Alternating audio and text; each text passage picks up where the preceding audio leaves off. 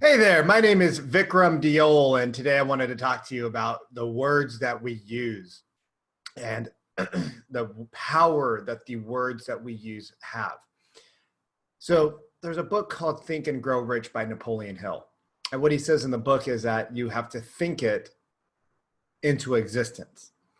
And a lot of times, what we do as human beings is we think about the things we don't want. We think about the problems in our lives. We think about the challenges in our lives. We think about the emotional dramas in our lives. And we want to change those. But the way that we speak it is that we speak more problems into existence. So we want a better relationship. I wish my relationship was better. My husband does this, this, this, this. My wife does all these things. And the more that we focus on those topics that don't serve us, the more they keep manifesting. And the more that we talk about the issues with our family or our business or our friends or the economy or the government, the more it seems to bug us. And so I always tell people to do a digital detox, right? When I start working with people and clients, the first thing I say is let's do a digital detox. Let's get off of social media. Let's get off of the TV. Let's get off of the news. Let's delete Netflix, delete Hulu, right? Your kids and your family might not want to do that. But after they see that hour of time that you guys spent on a couch, watching something that reprograms your brain, you could go outside and you could talk about what you're grateful for. You could look at the flowers, or you could ride bikes together, rollerblade, take a jog, take a walk, go to swim, right? Depending on what time of the year it is, go for a ski trip or something. Just get outside and spend time with each other.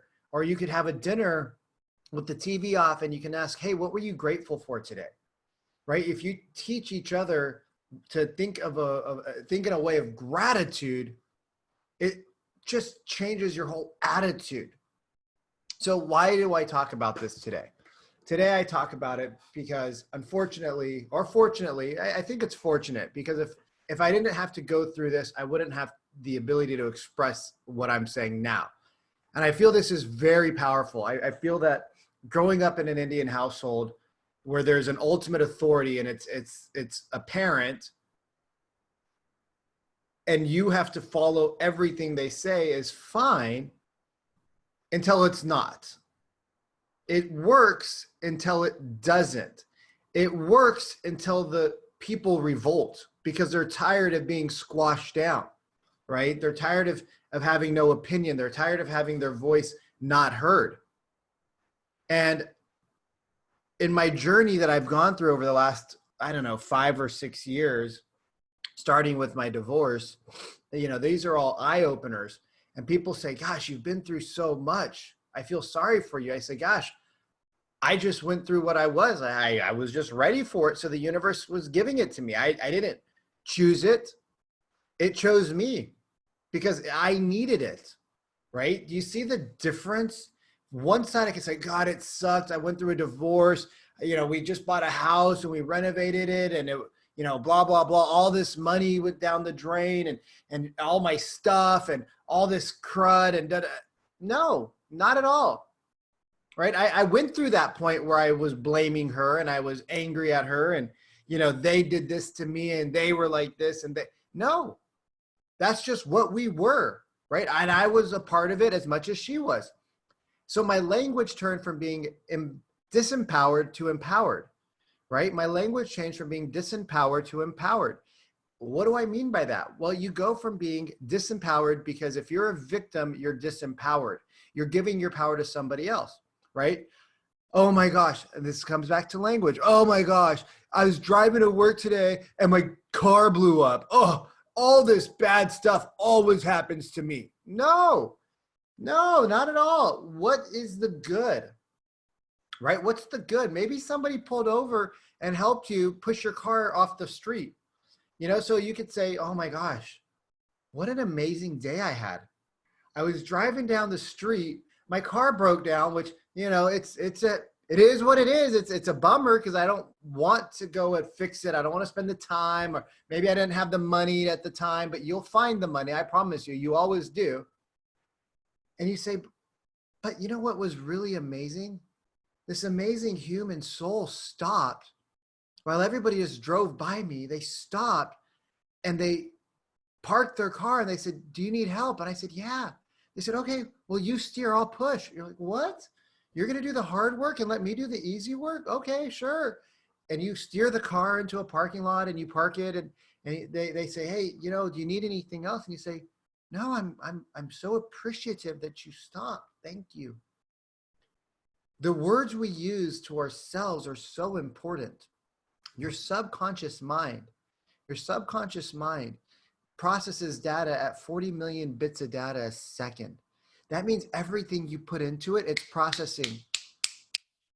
The conscious mind, right? The things that we can actually make, or we think that we have control over, 40 bits of data per second. So the self-talk you have to yourself is so important. We have to start focusing on what we want and not what we don't want.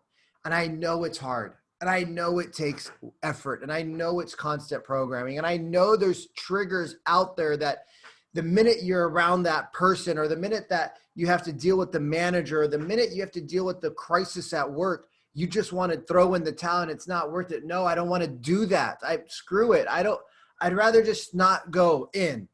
I've been there. I've had employees, right? They weren't team members, they were employees. And I didn't want to fire them because I didn't have the courage to do it. I didn't want to work with them. So I just stopped going into work for a month. How productive is that? And I kept saying, I wish they would just quit. I wish they would just quit. I wish they would just quit. I wish they would just quit. Why are they still here? Why are they still here? Why is everything they do to bug me? Like, why can't they just do what I asked them to do? And then I realized I wasn't communicating with them because I wasn't there. I didn't like them, so I didn't communicate with them. So I wasn't being a leader. I wasn't being their boss. I wasn't being their, mentor. I was just being somebody who was unhappy with the situation. And I was focused on all the things they did to piss me off and not the things they did to make me happy.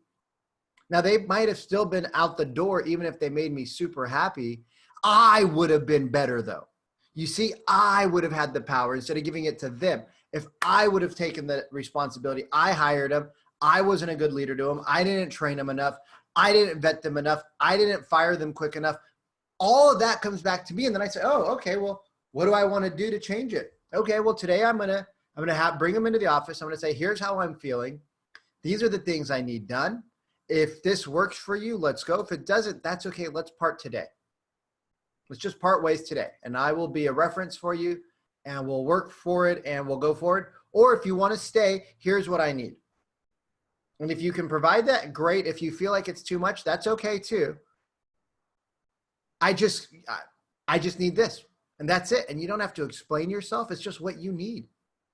And when you talk about what you need from other people, they start doing it.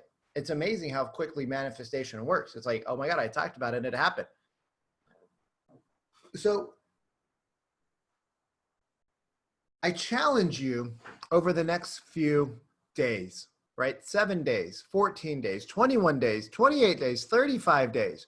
And I challenge you over the next 7 days, though, that we're at right now.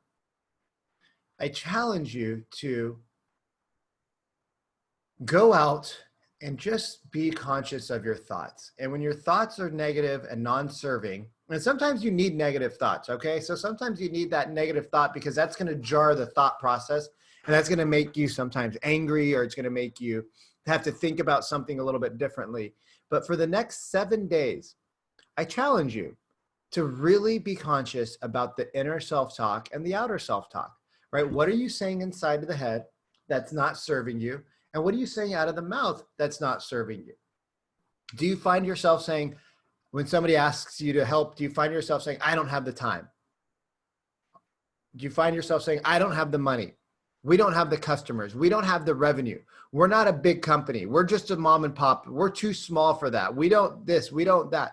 If you catch yourself saying that disempowering statement, what can you change it with? What can you change it with? As always, like, comment, and share. Follow me on Instagram, and have an amazing day. You are a beautiful person. You matter. You are important. You are a rock star leader. You are a rock star family person. You are a rock star. You are an absolute 100% amazing human. You're exactly where you need to be today to get to where you want to go tomorrow. You're ready for greatness. You're prepared to take on greatness. You've done the work to be great. Now, you just have to let it in. Have an amazing day. I'll talk to you later. Remember, like, comment, share. Like, comment, share. I'll talk to you later. Bye.